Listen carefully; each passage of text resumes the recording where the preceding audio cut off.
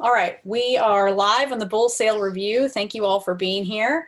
Whether you're joining us on Facebook out there on the internet or if you're on our Zoom room, we are excited to have you here to go over some of our data. Just a couple ground rules before I turn it over to the marketing team.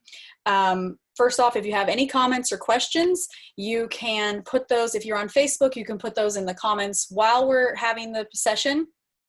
And then we will get those answered at the end of the program. I'll make sure that the marketing team gets those. So type those in and we'll make sure those get answered. And then also, as we're going through these slides, if there's a slide that you don't see long enough or you didn't get a good chance to review it, don't worry about it. We're recording this meeting. We will save it. It'll be on our website and you'll be able to review it at a late, tomorrow and so on and so forth. So if you didn't get to see the slides long enough, don't worry, we will have those posted. And then the last thing is that it will be posted, it'll be on our e-news and our e-blast. So again, if you have questions, put it in the comments and we'll get those relayed and we will make sure the slides are available. So I'm going to kick it over to Harold Burtz, our Director of Commercial Marketing, to kick off the program. Thanks, Brandy, and we really appreciate Brandy. That was Brandy Buzzard, our Communications Coordinator.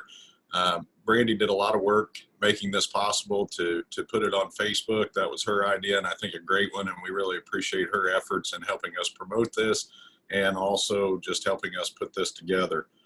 We would like to appreciate, or I'd appreciate you guys joining us tonight. Our team spends a good bit of time every spring recording sale data, recording prices and reg numbers.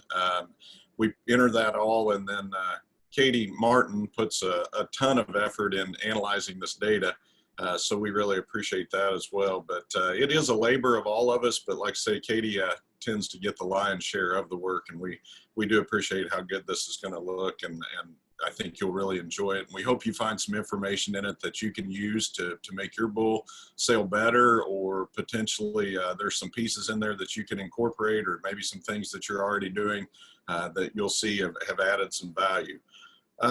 At this time, I'd also like to introduce the rest, or all of our marketing staff, and there are a couple of our team that won't be presenting tonight, but are certainly an integral part of what we do.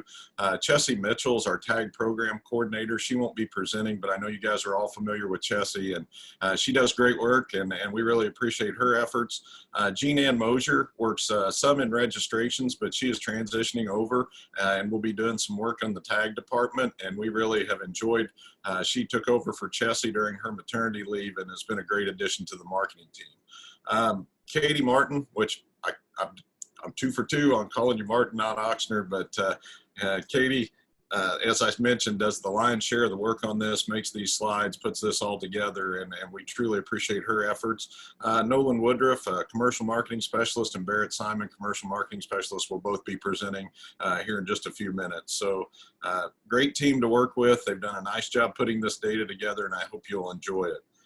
So the history in the making is kind of how we started this, and it certainly was a year that history was made. It was an unprecedented time, and certainly a lot of interesting things happening, and with the COVID and a lot of cancellations, and our travel schedules were a bit mixed up, and we quit using airlines to travel and went strictly in cars.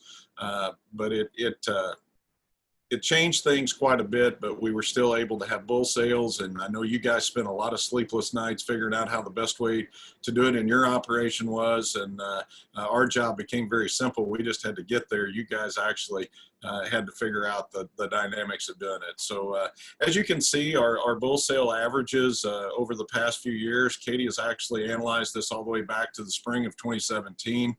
And just a bit of perspective on that graph, yes, we're down a little bit, but if you look at the whole thing together, the 4-year average for the spring bull sales from 2017 to 2020 is $4,506. So we're really about $150 below this year, below the 4-year average, and only $26 below last year.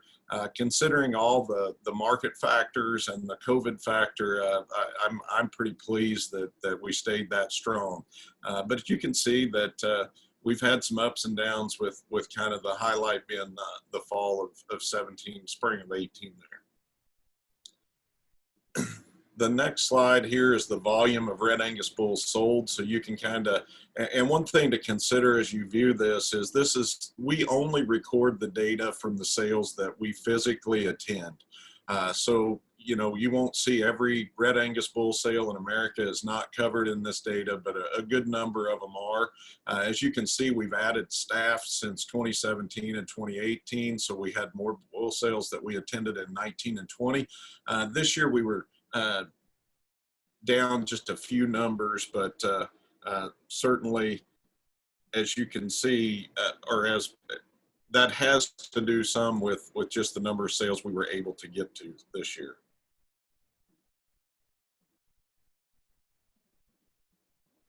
So here on the left graph, you'll see the number of Red Angus bulls that brought $15,000 or more as individuals. Again, that number peaked in 18, and we've been kind of steady after that in last year and this year. And then the graph on the right are the bull sales that averaged over $5,000.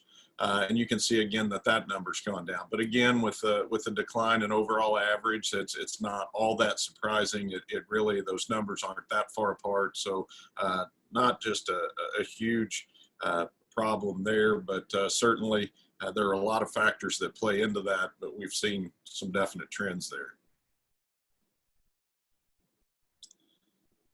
The number of sales that we attended, as you can see, again, as I mentioned, we went to a few more sales this last couple of years just because of the addition of staff, and we didn't go to quite as many this year. I think we were actually scheduled to attend 110, but due to a lot of different things that you guys had to do to make your sales possible, several sales went online. Some of them that were being held at sale barns had limited attendance, and we chose to keep that open for buyers, and then some we just physically were unable to get to just because of the logistics of not flying and as many sales as are packed in there. There were a couple of days, I think there were 6 or 8 sales on a particular Saturday on one day. And then the last slide I'm going to visit with you about, Katie went back and we kind of felt like about the 15th of March is when we felt the biggest impact from COVID. That was kind of when we stopped going through airports. And we were just curious what the sale average did prior to the 15th of March and then after the 15th of March. And if you look at that 2020 data, it's really no surprise that it went down, you know, $300 after the March 15th, just because of all the things going on. The one thing that did kind of surprise us was Katie analyzed that data all the way back through 17, and we saw a definite price increase after the 15th of March prior to 2020 and the COVID year. And that was a bit of a surprise. I don't know that we were expecting that as much, but that's certainly what it did. Please don't all go change your sale dates because we can't have them all before, but certainly there were some differences, and this year kind of brought her back a little closer to average. But those are the slides I'm going to cover, and I'm going to turn it over to Katie Martin now to continue the program. All right, thank you, Harold. So now we're going to switch gears and talk a little bit about what we saw in terms of genetic correlations between price and the genetic factors that Red Angus reports, including our EPDs, our selection indices, and even some of the ultrasound measures. So you can see 4 years worth of data in this graph, and I will focus primarily on the most recent year, 2020, which is the red bar here. But it is nice to be able to compare what you see this year compared to what has been happening in the last few years. And I think the main difference that we see this year is that there was a higher emphasis put on growth traits this year compared to some of the previous years by the buyers. We saw that not only in the numbers that we're looking at now, but I think others that work in the bull sale business and our marketing team just saw a lot more demand for those power bulls as we received calls from commercial buyers that were asking us to, you know, look at bulls for them. It seemed like they were focusing more on growth and power this year, maybe weren't quite as concerned with birth weight and calving ease. So you can see this obvious increase in correlation between growth traits and price, but kind of which follows that is that the birth weight emphasis was not quite as high in magnitude. And that kind of went along with calving ease direct. There wasn't quite as much emphasis there as there had been in the past.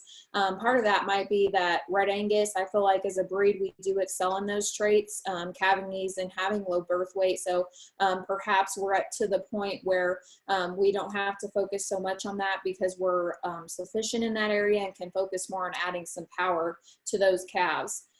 Again, like in previous years, and not surprisingly, we still see a fairly high correlation between our indices and price. Since those are all multi-trait indices, we would expect to see a high correlation between those and price. Another area in this graph that we see some higher correlations would be some of our ultrasound measures. Particularly ribeye area, which again, I don't think is necessarily surprising. If you go to a bull sale, you find a lot of folks that are looking for a heavily muscled bull, both in terms of the numbers and phenotypically. And we also see a fairly high correlation between ultrasound back fat and price. I don't think that's necessarily because people are wanting fat bulls, but they do want them to be in good condition on sale day. And so that's just kind of follows with their ultrasound back fat measure.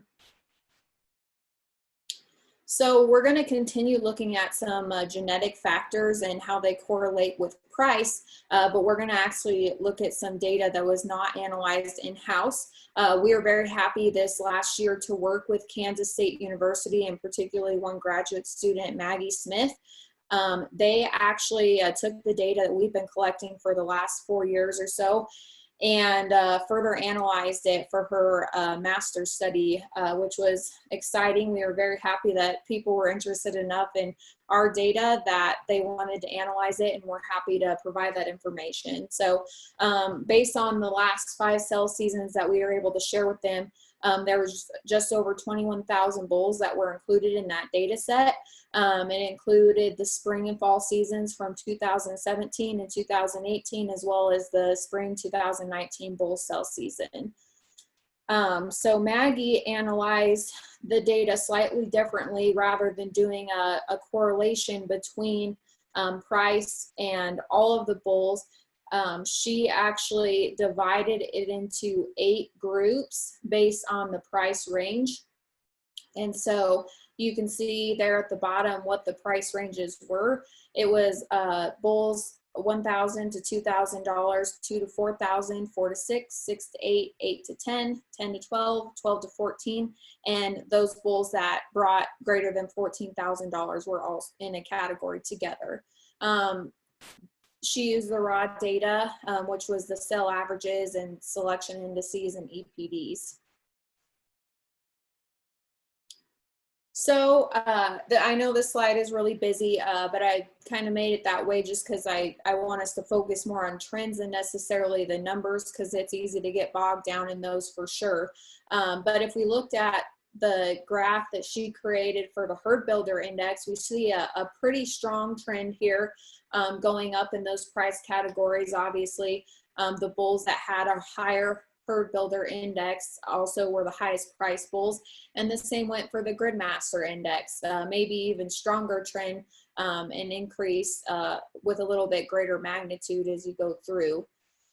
Calving ease direct, it almost acted like a threshold trait, where you see an increase up to about the $6,000 mark, and after that it kind of tapers off, probably again because once you get to that that certain mark, that's about the highest calving ease you can get as a group, and so just kind of levels off after that.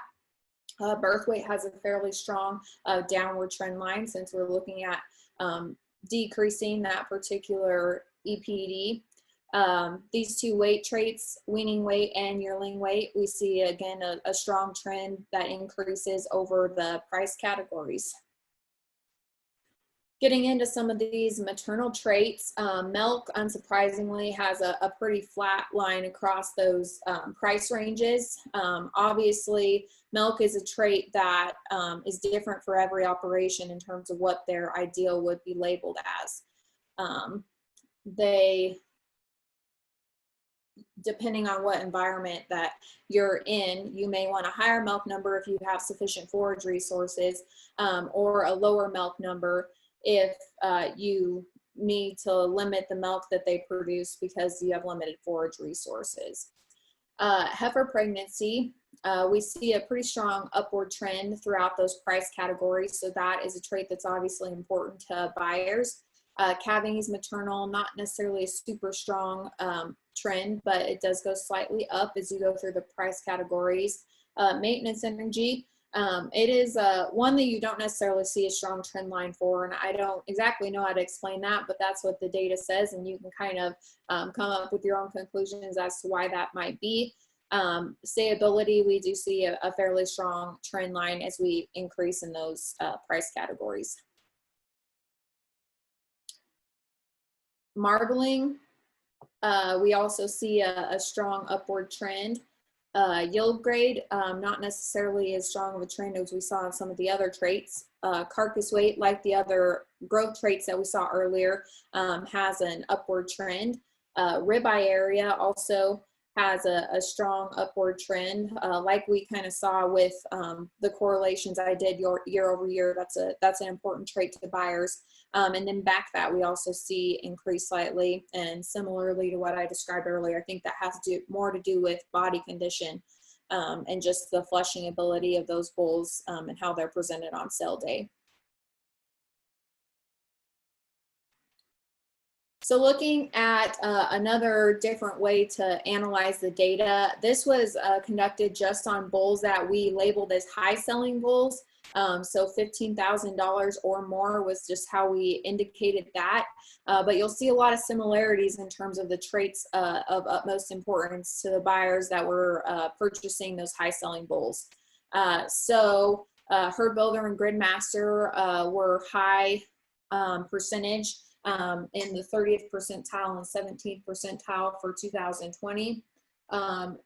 Weaning weight and yearling weight also were important, as well as average daily gain. So we see that those growth traits this year, as I kind of indicated earlier, were more important than perhaps they have been in the past. Heifer pregnancy, again, was an important trait to those high selling bulls. And then our growth traits and ribeye area as well. Some others that kind of stand out, dry matter intake, you'll see kind of is in the lower percentile. And I would attribute that to the fact that that's almost an antagonistic trait with some of your growth traits. And since we're seeing more emphasis on those growth traits, dry matter intake, cattle that excel in that maybe tend to be a little bit smaller frame, not always. So if you can find one that has a great dry matter intake as well as some growth, you found a pretty good and unique one. But that's what I would attribute that kind of lower percentile rank in that category to. Now we're going to move on to some regional and state data. We recorded all of these bulls, and then we're able to pull like where they were sold from as well as where those bulls were transferred to.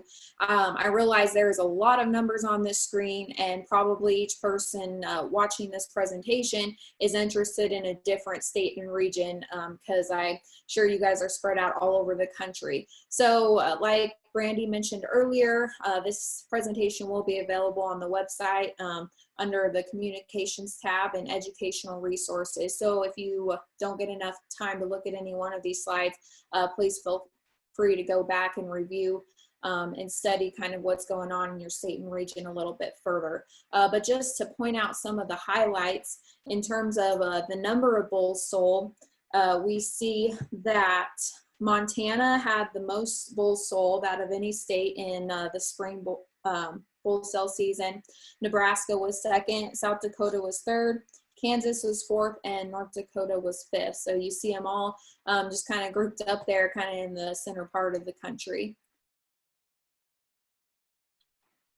When we break this out into regions according to just how the Red Angus Association regions are broken up, we see that the most bulls are sold in that Great Plains region. And then if we look at some of the averages, we see that the highest average actually fell in the Southwest region. I believe the only bull sales that were in that region at that time was actually in Texas. And it wasn't a lot of volume, but they did have the highest averaging bulls. We had a request a couple years back to look specifically at transfers. So we did that as well. I think it is important to definitely consider where those bulls are going to, not just where they're sold, so we can get a better idea of the customers that we're trying to cater to, seed stock producers. So breaking it down by state again, we do see that the most bulls were sold into Montana in the spring, followed by South Dakota, then North Dakota, Nebraska, and then Wyoming. So you see a lot of similarities there in terms of the states where they were sold, still kind of in the same area of the country. Looking at it by region again, we see that actually the Northern Plains had the greatest number of bulls transferred into it in the spring. So I guess those bulls were heading to a cooler climate, whether they liked it or not. Looking at the fall season from back in 2019, obviously this map looks slightly different. We definitely see kind of a difference in regionality and states where those bull sales are hosted in the fall season. But just looking at the states in terms of the number of bulls that were sold, we see Texas was #1, Nebraska was 2nd, Montana 3rd, California was 4th, and Oklahoma was 5th. The state that had the highest average, if you kind of look at some of these dollar figures, was actually Nebraska in that fall season. And then if we look further at the regions, we see that I believe again, the Great Plains region had the largest number of transfers into that, or excuse me, there was the most sales held in the Great Plains region, which was the same as the spring season. There's obviously a lot of bulls that are moved out of that area. If we look at the transfers, again, Texas was definitely in the mix in the fall. It was #1 in terms of bulls transferred. Nebraska was 2nd, South Dakota, Wyoming, and Oklahoma. And looking at the transfers in terms of region, Texas had the highest number of bulls transferred to it as well. So kind of the difference between the two sales seasons is that in the spring, we see a lot more action kind of in the north and central part of the country, and down south is when there's more sales happening in the fall. So with that, I am going to be turning it over to Barrett, and he'll continue on. Yeah, thanks, Katie. Next, we'll go ahead and dive into several of the factors that may vary sale by sale and certainly hold an impact on sale average as a whole. And it's not our goal to say that every sale should be structured a certain way, so much as it is for us just to put out there what we see based off the sales we attend, and if it's a factor that could have a positive influence on your sale, and is one that's attainable for you, then hopefully we can provide that insight. And if you have follow-up questions on what we're seeing as we attend these sales, or if there's one of these factors that you take an interest in and would like to go back and rehash, please do visit this on our website or follow up and rewatch the Facebook Live as we go. The first factor that we're going to look at is actually the number of bulls offered. And again, this is one that certainly takes time to develop and takes time to earn the trust of your commercial customers and develop and retain those customers, as well as attract new ones. And so as we look at the number of bulls sold, we see almost a $1,200 advantage for those sales that offer 100 walking herd sires or more when compared to the sales that offer less than 50. But with that being said, you can see on the right side of your screen that actually most of the sales that we attend do in fact, or the lion's share of those three categories are actually sales that offer less than 50 head. And so again, we realize that's something that certainly takes time, and you don't want to offer more than what your customer base can support. But over time, as you begin to be able to grow those sales, we do see an increase in average, and the largest bump of which for those producers that have the ability to offer more than 100 bulls. The next factor that influences sale average is the age of bulls offered, and where nearly half of the sales that we attended this spring or this past year, solely offered yearling bulls. We do see an increase, as you may expect, for a little older potential herd sire, with the 2-year-olds garnering about a $325 advantage, and the 18-month-olds relatively similar to the yearlings in terms of price. We do see, and it stays true with years past and the data that Katie has put together, a little bit of a decline in price for sales offering mixed ages of bulls. And we know while that's relatively popular, at a certain percentage of those sales where they may be offering yearlings and 2-year-olds, sometimes those can be cattle that maybe weren't quite ready to be sold, or just weren't sold, or didn't quite make the initial cut as yearlings. And so sometimes those sales have a tendency to note a decline in price as they maybe sell some bulls that were towards the latter half of their calving season initially, or just a little younger bull that happened to be left over for one reason or another.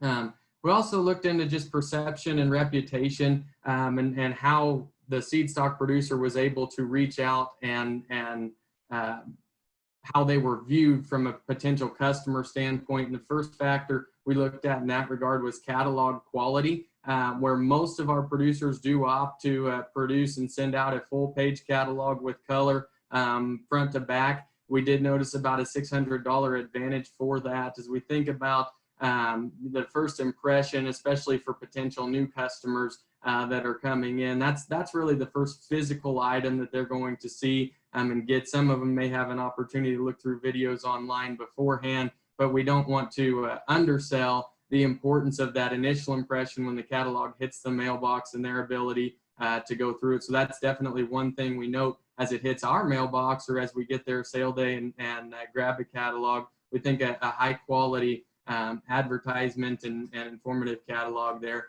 sure makes a difference on sale day.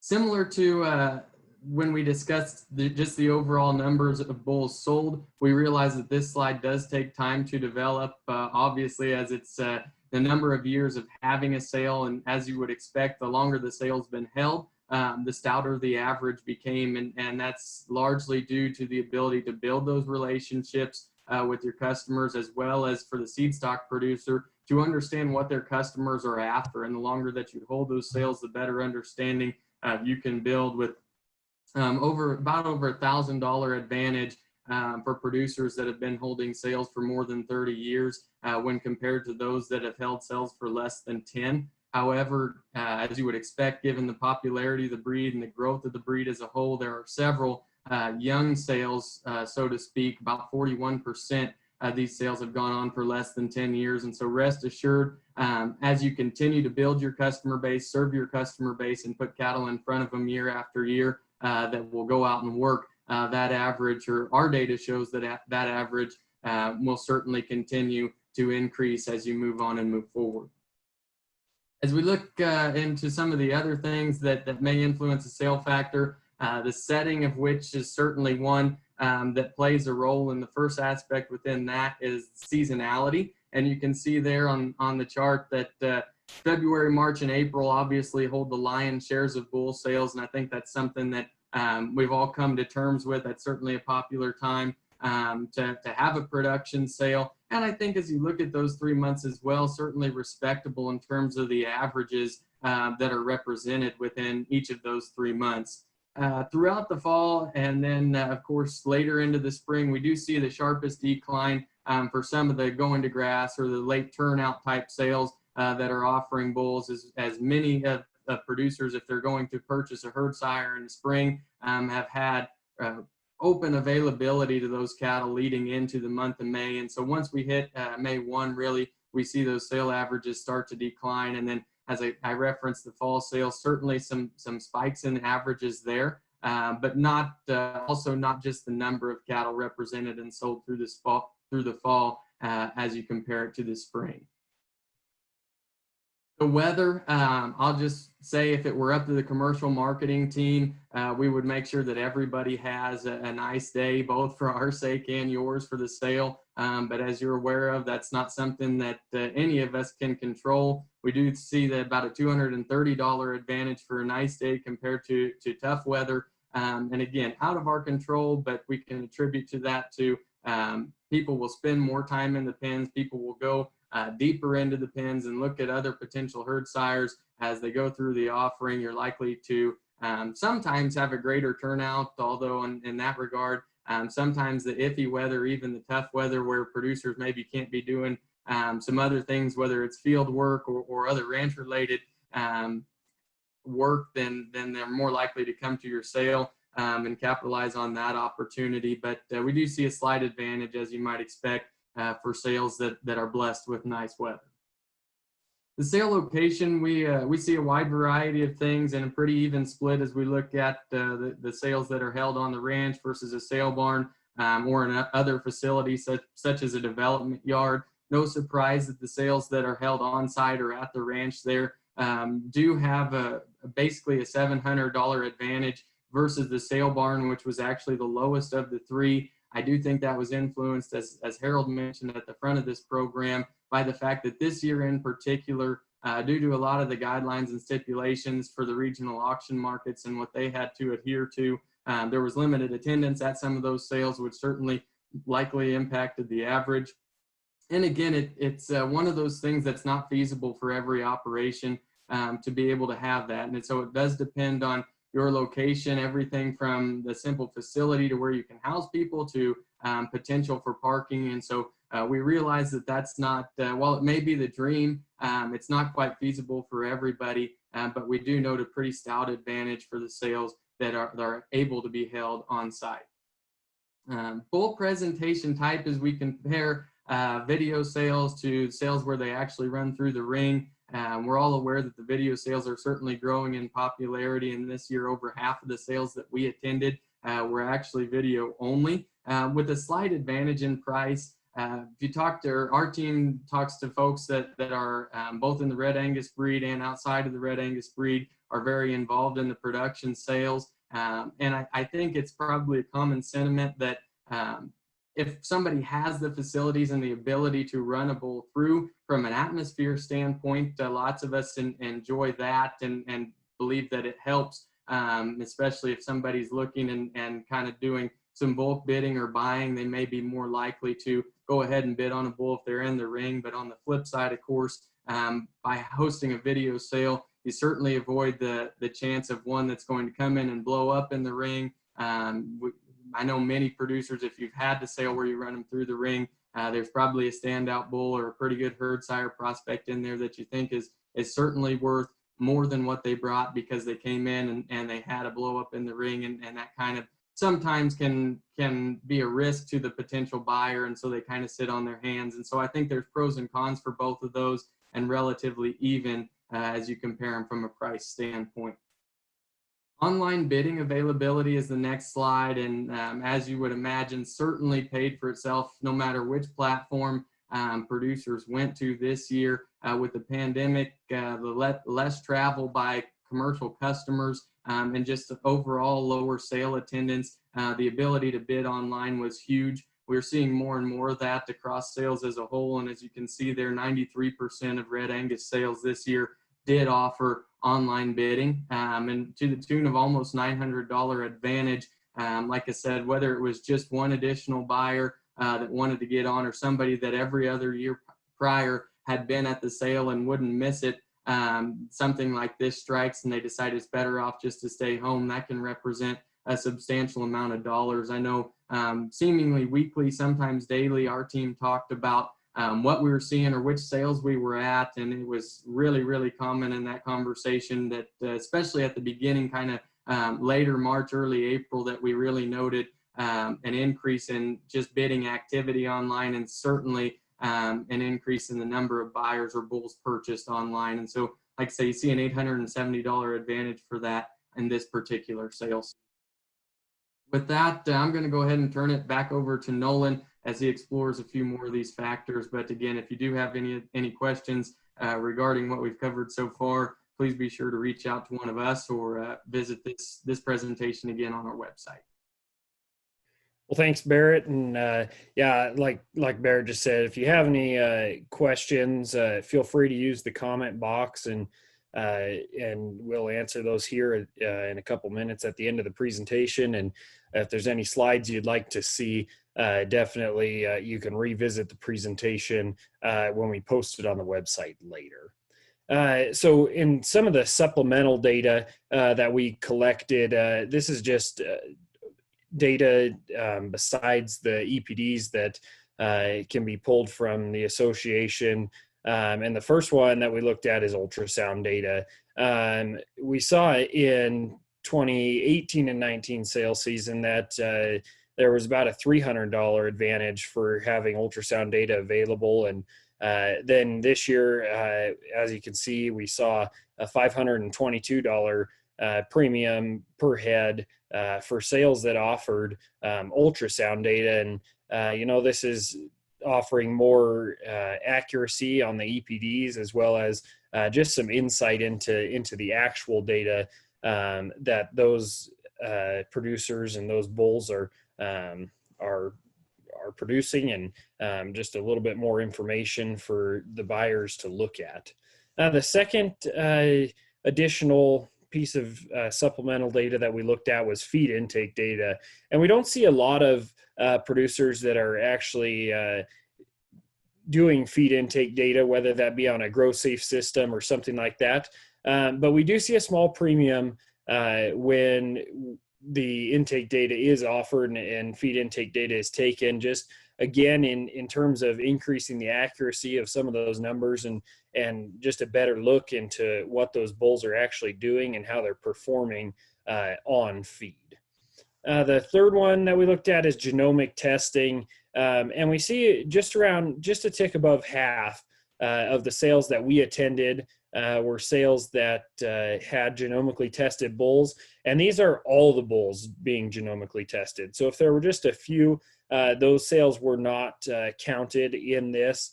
It was only the ones that had all of their bulls genomically tested, and that was a premium to the tune of about $165. And through the association, the GGP HD test, which is the highest one that you can test, is $90. So if you're spending that $90 per head, but then you're seeing on top of that, that $165, so a $75 premium per head, just for offering that genomic testing, we think that that's pretty good and worth the investment.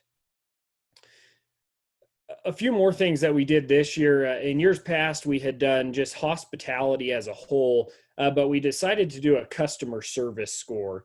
So we rated all these listed here, giving a 1 if they did have it or did offer this at their sale, and gave them a 0 if they didn't, and then got a final score at the end.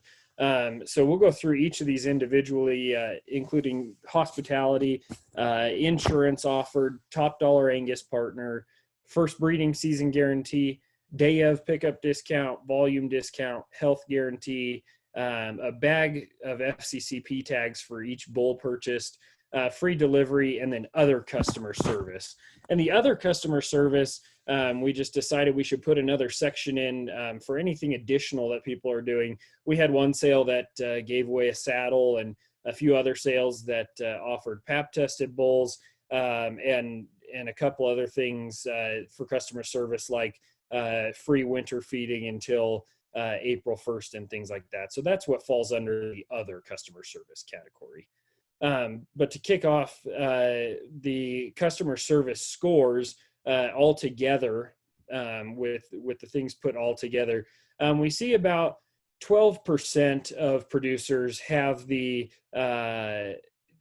7 to 10 range is about 12% there.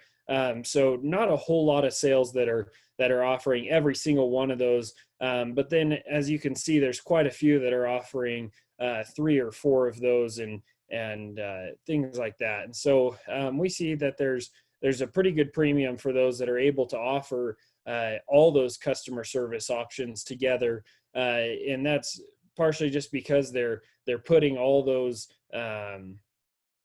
things together. And as you'll see following, as we break down each one of these items, that they're just capping on all the premiums that come with some of these items that they're able to offer. So the first one is hospitality, and this isn't just a lunch before the sale. This is a total pre or post sale event, whether that be a dinner the night before or a dinner following the sale, something more than lunch before. And I'll tell you, we as the marketing team definitely enjoy having these pre and post sale events, because it gives us time to meet with the customers and definitely be able to talk more in depth about how things are going and kind of everything about some of our programs and what we can do to help some of the producers. And so holding one of these pre or post sale events offers a premium, something to the tune of $837. And we see 35% of the sales that we attended had a pre or post sale event. And I'll reiterate that that's not just a meal ahead of time. That's a full educational event or a meal following the sale for all the buyers. The next thing that we looked at is insurance being offered at the sale, and an insurance rep being there to write the insurance ticket and get all that figured out. And we see that 65% of the sales we attended offered that, and the premium of $278 a head. And that's kind of right along where we saw it in the 2018-2019 sale season, that those that are able to offer that are seeing that premium, and people are willing to spend a little more when you can offer them some of these added customer service options. Following insurance, we looked at whether these producers were a top dollar Angus partner, and what that is an employee from top dollar Angus evaluates all the bulls from the seed stock supplier based on their carcass and growth traits, and they're able to, any of the bulls that qualify for being in the top 25% of carcass and growth traits, we see that they're able to put the top dollar Angus logo on these bulls, which helps their customer identify which bulls will help them qualify their calves as top dollar Angus calves for when they sell in some of these summer video sales and fall sales coming up here. We see that 38% of the sales that we attended were top dollar Angus partners, and by being able to offer that for those customers that choose to buy top dollar bulls, there's a premium of $316 for those that are top dollar Angus partners. The next thing that we looked at is day of pickup discount, and about half the sales offer this, and people are just willing to spend maybe $100 or $200 more because they know that they'll save that when they take their bulls home, and we see that sales offering that through the data is $314. Following that, we looked at volume discount, which kind of follows right along with the day of pickup discount. And there's only 18% of the sales that we attended offered this, but $582 was the premium for the volume discount. We see that more often at larger sale. And as you saw earlier in the presentation, people, those who are able to have a large customer base and have lots of bulls are able to just sell a little more and have a little bit higher average. And so then you can offer the volume discount, and that kind of falls right along with that at $582. Next is the free delivery. We see 76% of sales that we attended offered free delivery, and that premium that fell along with that was $352. And again, that's just not having to pay for trucking and things like that, allow customers to possibly spend just a little bit more. Next, we have the bag of tags for every bull purchased. And this is a program that we've had going on for a while now, and it's really up to seed stock suppliers to offer this for their customers. But what it is it's a bag of tags, 25 FCCP tags for every bull purchased. And we have an ad that people can put in their catalog if you choose to do this. And there's a couple different ways that people offer this. And if you are interested in doing it, please feel free to contact any one of the people on the marketing team or Chessie or Jeananne, and we'll definitely talk to you about how it might work out in your sale. But as you can see, there's fairly few sales that offer this, and but the premium that goes along with it is $501. So a bag of 25 tags at 99 cents a tag is well worth it to increase by $500. So if you guys have any questions, please feel free to use the comment box, and I'll reiterate what Barrett said, that this is the data from the sales that we went to, and not picking one of these out and adding it. Probably won't add the premium that we have here, but being able to group some of those together, we sure hope that it could help boost averages in the future. And if you have any questions, please feel free to contact any of us. And with that, I will turn it over to Harold Burtz to finish us off here. Well, thanks, guys. Excellent job, and lots of information that we covered there. Hopefully you found a nugget or two in there that you can use. And as they've mentioned, if you missed a slide, this is going to be available on the website. But we also welcome individual calls. If you'd like to call particularly any of us on the marketing team, Katie's got the slide up now with our phone numbers. We would welcome an opportunity to visit with you a little bit about what we saw this year and some of those trends that we saw. And again, Nolan outlined that very nicely. You may not see the exact premium, but I think as you start to look at some of the different things you can do, you can certainly add some value. So again, thanks for jumping on here with us. These sales do provide us a great opportunity to meet your customers and start to develop those relationships, which we can then work harder as we, like this time of year when we can do those ranch visits. So it is a great opportunity and the best opportunity for us to come into contact with a large number of producers. It looks like we've got a question that asks the number of bulls transferred during the time period compared to the number the last couple of years. Katie, do you know the answer to how the transfers compare to years past? Are we up or down on total transfers? Do you know? I guess I don't know right off the top of my head. I haven't done a direct year-to-year comparison, but that is something I can look at, although I would assume that it has gone up. All the rest of our numbers in terms of the number of bulls sold and everything have increased between the fall and spring seasons. And so I would assume those numbers have gone up, but I can certainly look at that. I did only analyze the bull transfers for last year, so that would be the only year I could compare to. So hopefully that answered that question. And I don't know, Brandy, are you seeing any other questions that came through during the conversation?